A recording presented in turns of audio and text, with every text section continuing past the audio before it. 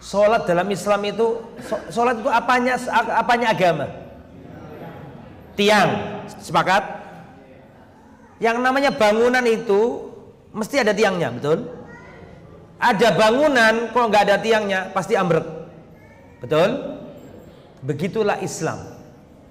Kalau ada orang Islam kok nggak sholat, seperti bangunan tanpa tiang, pasti ambruk. Perhatikan, sholat 5 waktu itu syariat yang berbeda dengan syariat-syariat yang lain. Syariat 5 waktu, sholat 5 waktu itu berbeda dengan zakat, haji, puasa, birrul walidain, kurban, wakaf, sedekah, macam-macam. Seluruh syariat itu ayatnya diturunkan Allah dari langit dan Nabi Muhammad di bumi, kecuali sholat tidak. Kecuali sholat jamaah 5 waktu, itu ayatnya tidak diturunkan Allah ke bumi, tapi nabinya yang diangkat ke langit. Paham sampai sini? Dalam peristiwa apa? Saking agungnya sholat, saking agungnya sholat sampai ayatnya nggak diturunkan, tapi nabinya yang diangkat. Dan syariat sholat 5 waktu itu ketika Isra Mi'raj, Rasulullah pernah didatangi seorang laki-laki buta. Ya Rasulullah, laisa liqaidun yakuduni ilal masjid yursiduni ilal masjid. Ya Rasulullah, saya ini buta dan gak ada nuntun aku pergi ke masjid. Bagaimana ini ya Rasulullah? Farakhasalahu Rasulullah, ya sudah panjenengan sholat di rumah saja, tidak apa-apa. Ketika orang ini mau pulang, dipanggil lagi sama Nabi. Hal tasma'un nida abis sholat, apakah kamu masih bisa dengarkan adzan sholat? Enggak ya Rasulullah, masih bisa. Kalau gitu penuhi panggilannya sholat, tetap disuruh berangkat. Ini dijadikan dalil oleh Imam Ahmad bin Hambal. Ini dijadikan dalil oleh Imam Ahmad bin Hambal bahwa sholat jamaah wajib. Pertanyaan saya, mana sisi pendalilannya?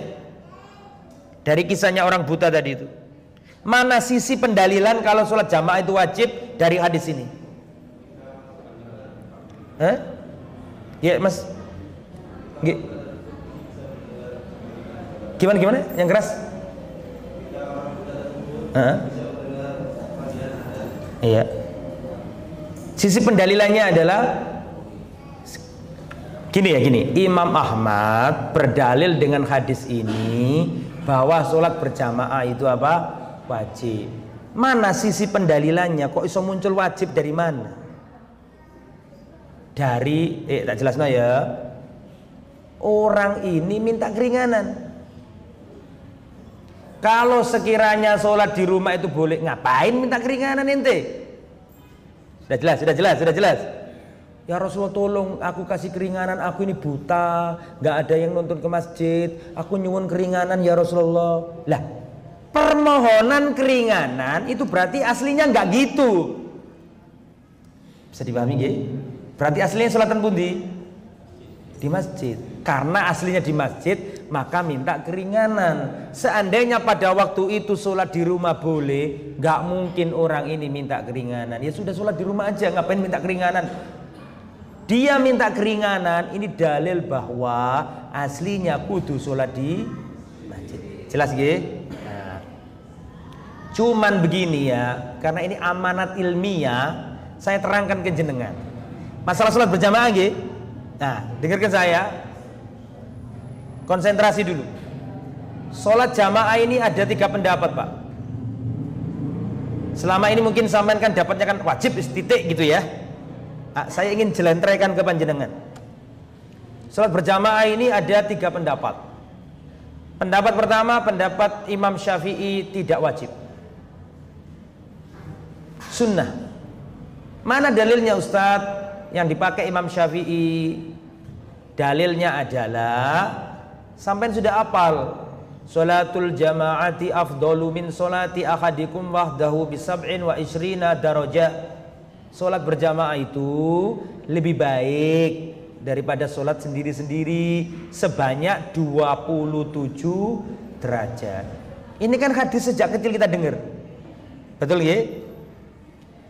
Mana sisi pendalilannya? Sisi pendalilannya adalah sholat berjamaah lebih baik, lebih utama, lebih bagus. Berarti ini bagus, cuma itu lebih bagus.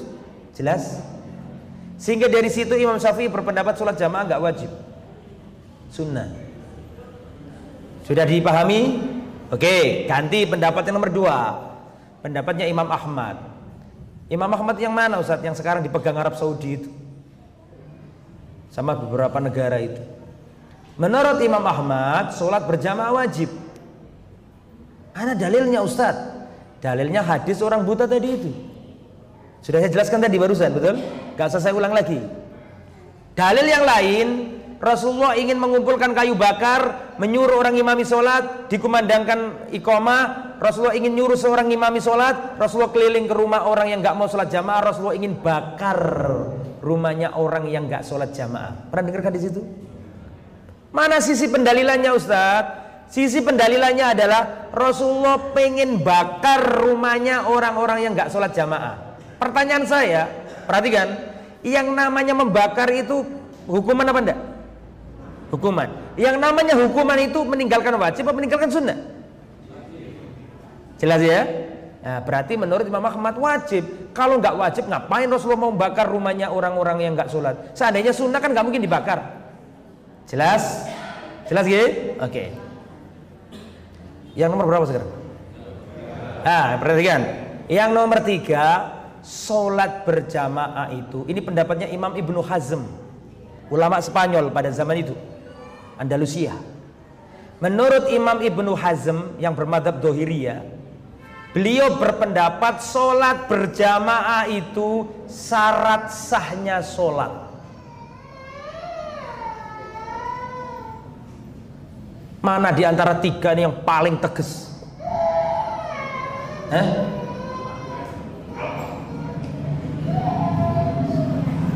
Halo, nyambung tak gak iki ngomong iki ya. Yang pertama sunnah, betul? Imam Syafi'i, atau sunnah muakkad atau apa? 6. Yang kedua apa? Wajib. Yang ketiga syarat sahnya sholat. Sampean paham nggak makna syarat sahnya sholat? Artinya kalau sampean sholat kok tidak jamaah, batal sholatmu. Ini yang lebih. Mana dalil yang dipakai Imam Ibnu Hazm? Riwayat Imam Ibnu Abbas, man yasma'un nidaa falam ya'tihi fala sholata lahu. Barang siapa dengarkan azan kok tidak datang, fala sholata lahu, maka tidak ada sholat baginya. Jadi ada 3 riwayat, ada 3 pendapat. Sunnah, wajib, syarat sahnya sholat. Belum selesai. Nah, perhatikan.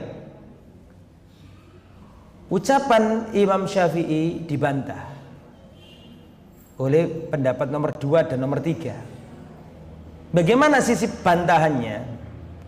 Sisi bantahannya adalah kata-kata lebih baik itu nggak mesti itu baik, ini baik, nggak mesti dua-duanya baik. Tapi bisa jadi bermakna yang pertama betul, yang kedua salah. Loh, kok bisa gitu, Zat? Mana buktinya? Oke, perhatikan. Butuh konsentrasi loh ya. Perhatikan.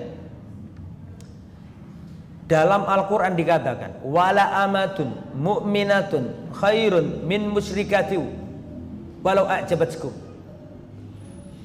Budak wanita yang muslimah, budak yang muslimah itu lebih baik daripada wanita kafir meskipun cantik jelita.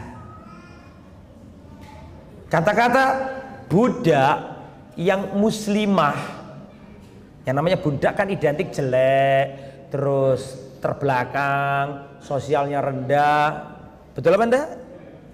Budak tapi dia itu muslimah lebih baik daripada wanita cantik jelita tapi musyrik.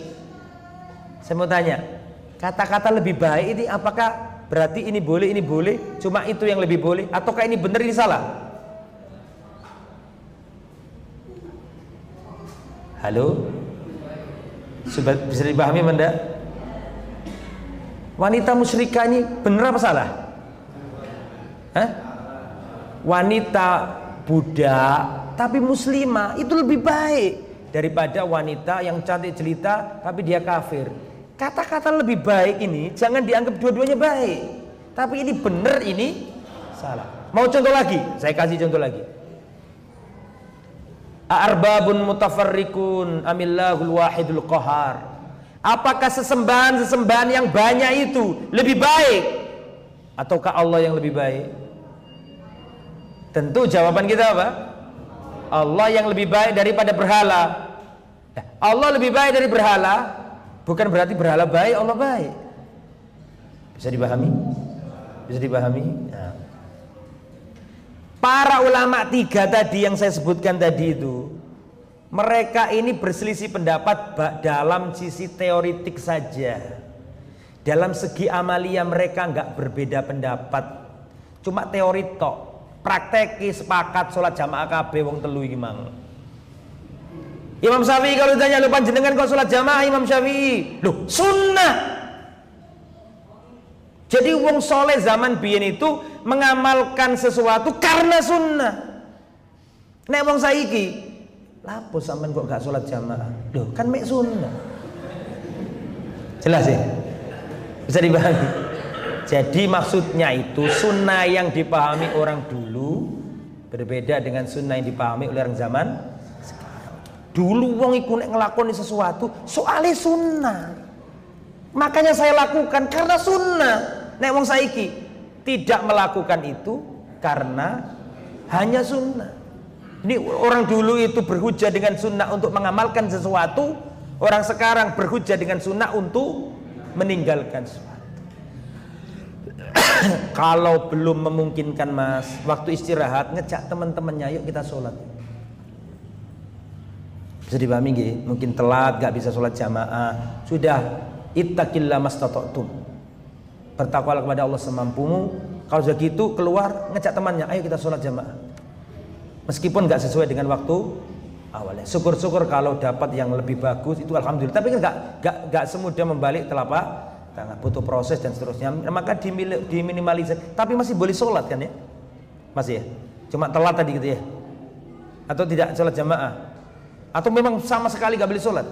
Kalau sama sekali gak boleh sholat, gak boleh kita kerja di tempat itu. Betul ya? Dilarang sholat Jumat. Wah sudah, ma'assalama. Apa artinya ma'assalama? Goodbye. Cari yang lain. Tapi kalau misalnya pokoknya keluar harus jam 1, berarti kan nggak ada waktu untuk sholat apa? Berjamaah sholat apa? Tuh, lah itu solusinya itu tadi, ngejak teman-teman yang lain setelah kerja ya kita sholat bareng. Tetap sholat jamaah meskipun agak apa? Diperlambat. Wallahu a'lam bishawab.